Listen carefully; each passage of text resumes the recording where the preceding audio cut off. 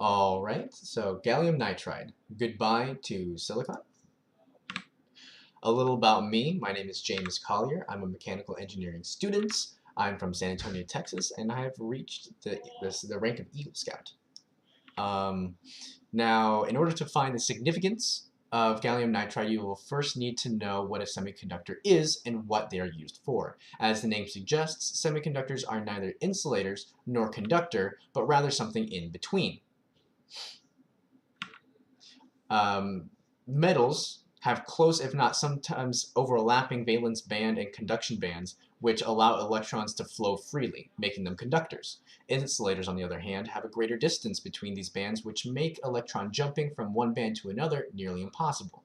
And obviously, semiconductors are somewhere in between. Now, the most important factor to a semiconductor is that by pairing it with either other elements or increasing or decreasing the temperature, we can make the band gap smaller or larger, which will make the material more or less conductive.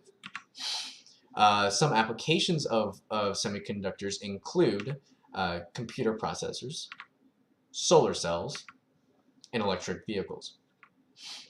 So why is gallium nitride so significant?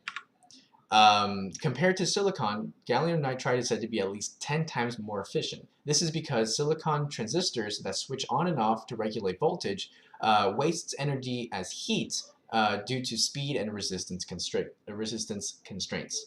On, and secondly, gallium nitride also allows for power electronic systems with these components are made to be much smaller. Now, paying attention to that last detail, smaller and more efficient components will not only result in will also result in not only smaller but faster computers, phones, and other devices. Solar cells will drastically change as well because they're commonly comprised of 3 layers of silicon semiconductor substrates that allow for the sun's different wavelength energies to pass either through, reflect, or be absorbed. The absorbed wavelength energy knocks an electron loose, leaving a hole, which effectively creates positive charge, and a loose electron.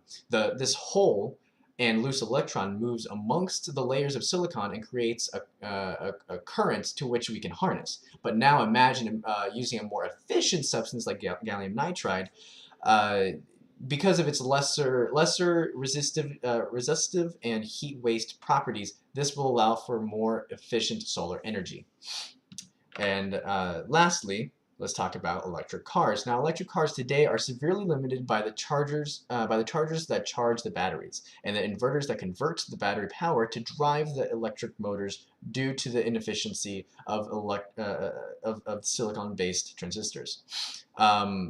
But using gallium nitride-based electronics, this could boost the overall performance of the vehicles, making them lighter and more efficient. This would lead to electric cars that are larger and or last longer on a single charge. So why not just use gallium nitride? First of all, silicon is the second most abundant element on Earth. So this is really hard to compete with that kind of supply factor. And secondly, it costs more to manufacture and extract a highly pure unit of gallium nitride. Now, you need to be able to create a pure unit of gallium nitride in order to create a transistor. Two exam questions that you may see pertaining to this topic. How are we able to manipulate a semiconductor's conductivity? And why is silicon less efficient than gallium nitride? These are my references. Thank you very much, and you have a great day.